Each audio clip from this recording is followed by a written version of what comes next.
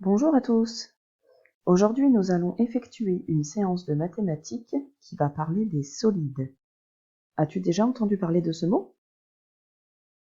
Des solides sont des objets. Il y en a partout autour de nous. Voici par exemple quelques solides que je possède chez moi. As-tu reconnu certains de ces solides et les aurais-tu chez toi? Si c'est le cas, tu peux mettre la vidéo en pause et aller les chercher pour pouvoir les garder devant toi pendant la leçon. Si tu es prêt, tu peux poursuivre la vidéo, sinon laisse encore en pause un petit peu. Tu as sûrement chez toi une boîte de pâtes qui ressemble un petit peu à la mienne. Si tu l'as, regarde-la attentivement. Sinon, essaie d'en trouver une dans les placards de tes parents. Si tu as maintenant cette boîte avec toi, prends-la dans tes mains et retourne-la dans tous les sens pour bien l'observer. Nous allons décrire cette boîte de pâtes qui est un solide. En mathématiques, une boîte de pâtes, par exemple, s'appelle un pavé. Nous allons apprendre à décrire ce pavé. Si tu observes l'image qui est sur le côté droit, voici les mots de vocabulaire que nous allons retenir à partir d'aujourd'hui. Prends la boîte de pâtes dans tes mains et essaie de compter les sommets. Tu vois sur la figure, c'est ce qui est représenté avec le petit point vert. Ce sont en fait tous les coins de ta boîte de pâtes. Combien en comptes-tu? Si tu as bien compté, il y en a 8. Je te montre avec le curseur. 1, 2, 3, 4, 5, 6, 7, et attention, le 8e sommet est caché en fait derrière ta boîte. Lorsque tu travailles sur les solides, il ne faut pas hésiter à retourner les boîtes. Le 8e sommet est à peu près caché par ici. Ensuite, pour décrire un solide, on parle de ses faces. Ce sont finalement les côtés que tu peux toucher avec ta main et tu peux laisser ta main glisser dessus. Cette boîte de pâtes, comme tous les pavés, possède combien de faces? Je te laisse réfléchir.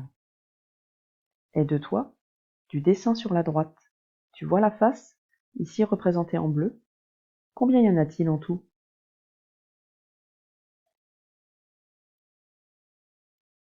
Si tu as correctement compté, encore une fois en retournant ta boîte dans tous les sens, tu as dû compter 6 faces.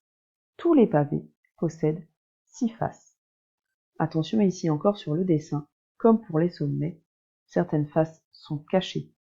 Bien souvent, on oublie la face du dessous ou la face de derrière. Il faut bien penser à les compter en toutes circonstances. C'est pour cela que sur le dessin à droite, certaines de ces faces sont représentées avec des pointillés. Je te montre avec le curseur. Ici, on a une face sur le côté gauche. Tout derrière ici, on a la face arrière. Et ici dans le fond, on a la face du dessous. Et enfin, pour décrire un solide, on doit également compter ses arêtes. En fait, ce sont toutes les lignes que tu vas tracer lorsque tu veux représenter un solide sur une feuille. Ici, tu le vois sur le dessin, une arête est représentée ici en rouge. As-tu deviné combien il y en a dans cette boîte de pâtes? C'est un petit peu plus difficile et il ne faut pas compter la même arête plusieurs fois.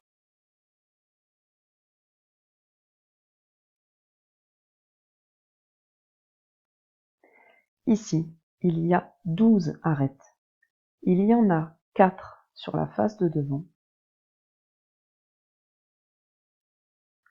Il y en a 2 supplémentaires ici sur ce côté. Et tu as la même chose de l'autre côté. Ici encore une arête et une qui est cachée sur le côté ici. Et il ne faut pas oublier celles qui sont sur la face de derrière qui est cachée par ici. Sur le dessin, tu retrouves la même chose avec les pointillés. Une arête, 2, 3 et 4. Sur le dessus, 5, 6 et 7. Dans le fond, 8, 9. Sur le côté, 10, 11 et la 12e. Voici les 12 arêtes de la boîte de pâte et de n'importe quel pavé d'ailleurs. Un pavé possède donc toujours 8 sommets, 6 faces et 12 arêtes. Si tu retournes la boîte de pâte dans tes mains, tu devrais te rendre compte que chaque face du pavé est en fait un rectangle. Attention encore une fois, sur le dessin qui est en violet et bleu, on n'a pas vraiment l'impression que certaines faces sont des rectangles. Pour s'en rendre compte, il faut prendre le pavé dans ses mains et vraiment le retourner pour regarder les faces une par une. Maintenant que tu as compris que l'on pouvait compter les faces des différents solides, essayons de trouver le nombre de faces de ces 3 solides. Si tu observes bien, celui du milieu est un pavé lui aussi.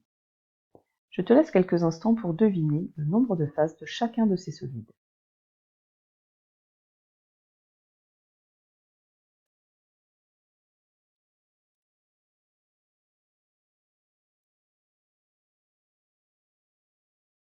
Penses-tu avoir trouvé les bonnes réponses? Vérifions ensemble. Le premier solide possède 6 faces.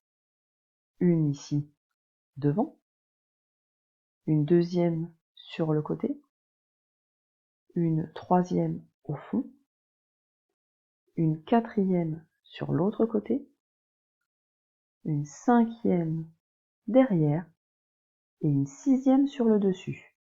Les avais-tu trouvées? Au milieu, puisque la figure est bien un pavé, cette figure possède 6 faces, exactement comme la boîte de pâte que nous avons regardée juste avant. De la même manière que pour la première figure, voici le contour des 6 faces. La face de devant, une face sur le côté gauche, une face tout au fond, une face sur le côté droit, une face à l'arrière et la face du dessus. Et pour terminer, voici un solide qui possède 5 faces. Il faut bien observer, tu as une face dessous et tu as une face sur le côté droit, une face devant, une face sur le côté gauche et une 5e face à l'arrière.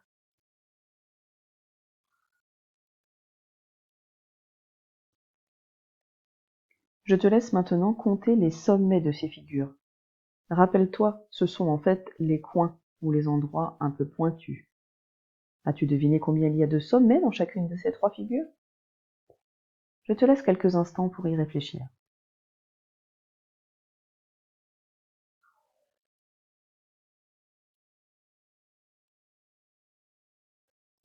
Voyons ensemble la correction. Chaque sommet est représenté ici par un point bleu. Ce sont les zones, en fait pointues, que tu peux toucher du bout de ton doigt. Les 2 premiers solides possèdent chacun 8 sommets. Le dernier solide possède autant de sommets que de faces, ce qui n'est pas toujours le cas, c'est-à-dire 5 sommets. Si tu observes bien, chacun des sommets permet de rattacher ensemble plusieurs arêtes.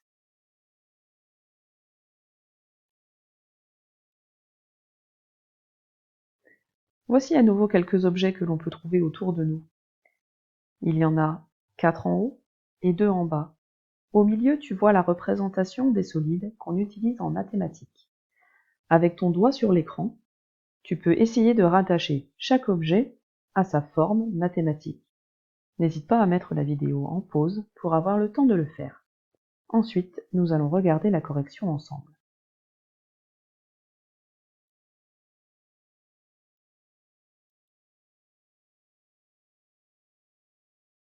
Si tu es prêt, nous allons maintenant corriger.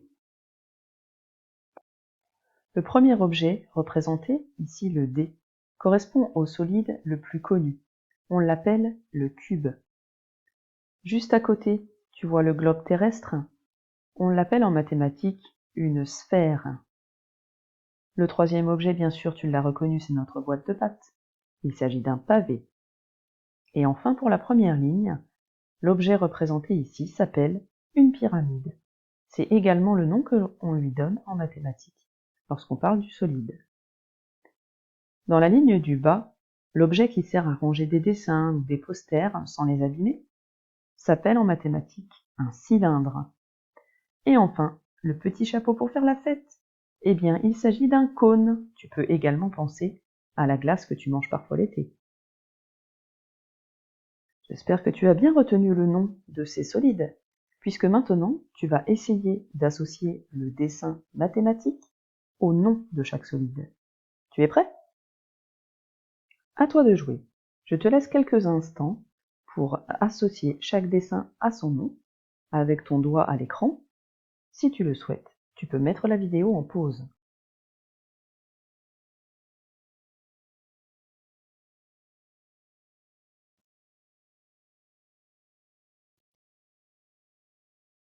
Voyons voir ensemble si tu as retrouvé les paires qui vont ensemble. Les voici. La première forme était le pavé. La deuxième forme est le cylindre. La troisième forme est une sphère. La quatrième est un cône. La cinquième est un cube. Et la dernière est une pyramide. Tu peux regarder plusieurs fois cette vidéo ainsi que cette page de manière à les retenir. Et tu peux également bien sûr penser aux objets qui t'entourent pour te souvenir des noms des solides. Nous reparlerons des solides dès demain.